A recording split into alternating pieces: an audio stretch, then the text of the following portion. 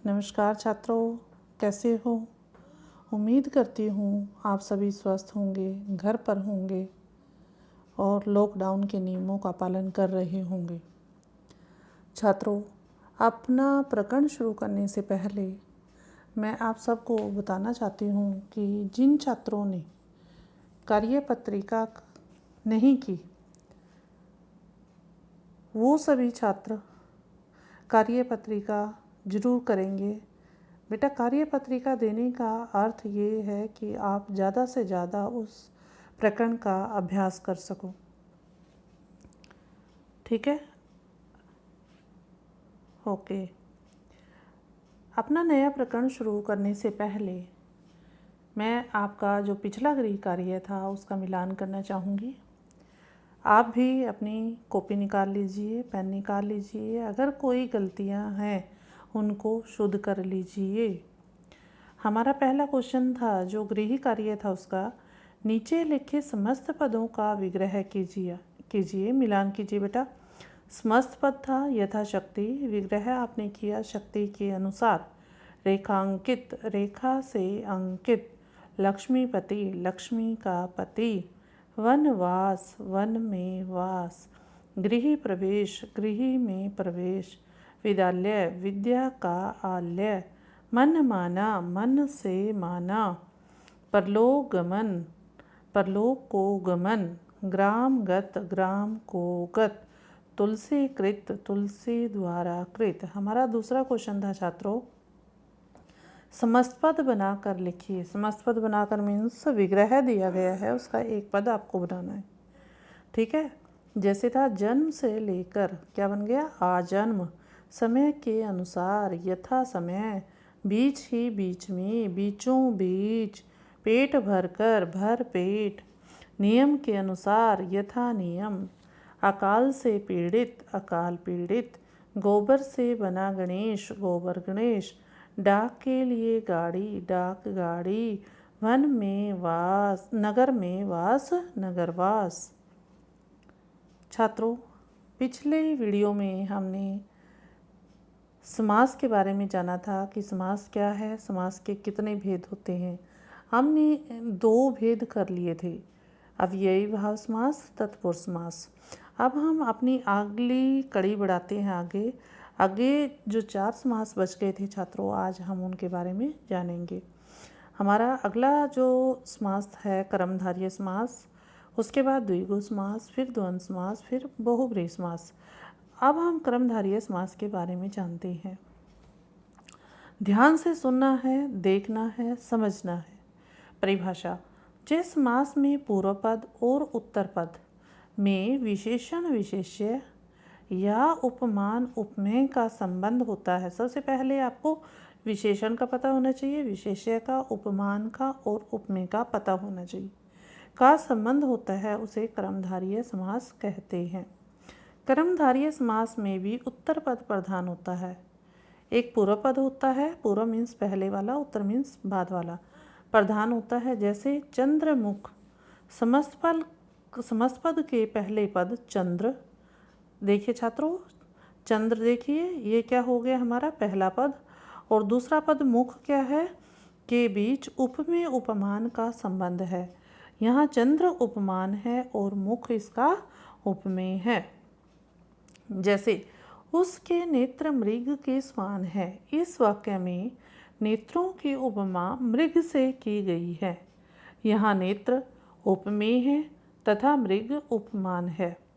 जिस वस्तु या व्यक्ति की उपमा दी जाती है उसे उपमेय, तथा जिस वस्तु या व्यक्ति से दी जाती है उसे उपमान कहा जाता है।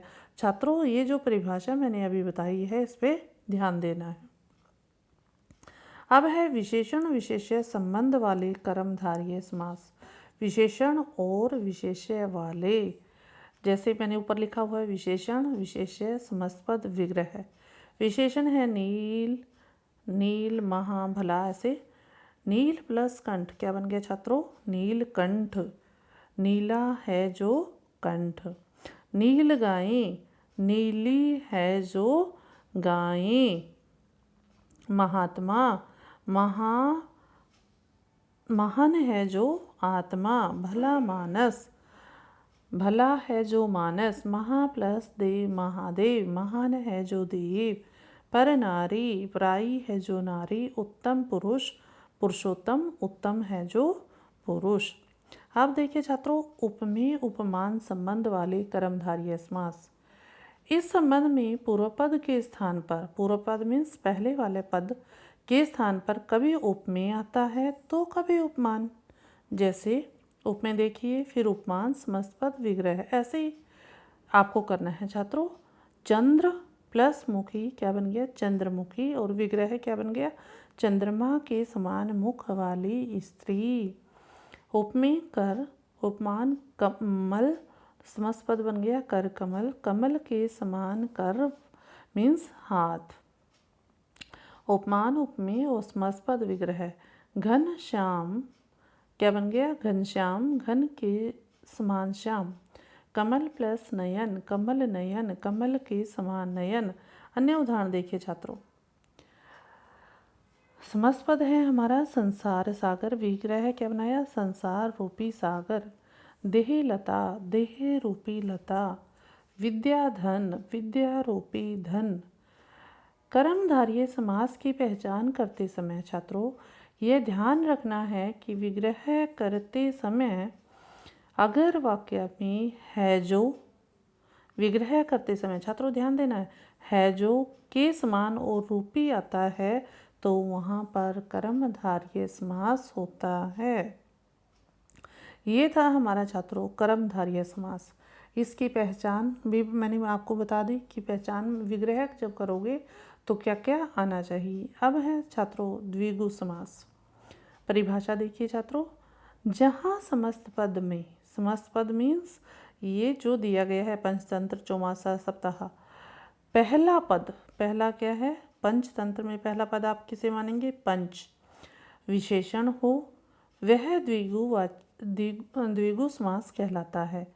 समस्त पद द्वारा किसी समूह या समाहार का बोध होता है। इसमें जो पहला पद होता है वो हमारा विशेषण होता है, और जब विग्रह करोगे तो आप समाहार या समूह आएगा तो वहाँ पर हमारा द्विगु समास होगा। ये इनकी पहचान है छात्रों। जैसे समस्त पद और विग्रह देखिए, पंचतंत्र, पांच तंत्रों का समाहार। चौमासा, 4 मासों का समाहार। सप्ताह, 7 दिनों का समाहार। त्रिवेणी, 3 वेणियों का समाहार। चौराहा, 4 राहों का समाहार। तिरंगा, 3 रंगों का समाहार। त्रिलोक, 3 लोकों का समूह। चौगुनी, 4 गुनी। त्रिकाल, त्रिकालों का समूह। नवरात्र, 9 रात्रों का समूह। ये था हमारा छात्रों द्विगु समास। अब हम अपने अगले समास की तरफ चलते हैं। उम्मीद करती हूँ आप ध्यान से समझ रहे होंगे, सुन रहे होंगे। आगे है द्वंद्व समास। परिभाषा, द्वंद्व समास में समस्त पद के दोनों पद प्रधान होते हैं। समस्त पद का विग्रह करने पर बीच में या तो छात्रों और आएगा या आएगा, शब्द लगाना पड़ता है। इसमें दोनों पदों को मिलाते समय मध्य स्थित जो बीच में योजक का चिन्ह है वो लुप्त हो जाता है। छात्रों देखिए, जैसे माता और पिता का समस्त पद होगा माता पिता, ये जो योजक का चिन्ह था माता पिता में ये हटा दिया गया और इसके स्थान पर क्या लगा दिया छात्रों? और। यहाँ दोनों पद समान हैं। द्वंद्व समास के उदाहरण देखिए। दाल चावल, योजक का चिन्ह लगा है छात्रों बीच में, तो इसको हटाकर जब हमने विग्रह किया तो क्या लगा दिया? दाल और चावल। जल थल, जल थल के बीच में भी योजक है, योजक को हटा के हमने विग्रह क्या बनाया? जल और थल। माता पिता, और को हटा योजक को हटा के हमने क्या किया? और।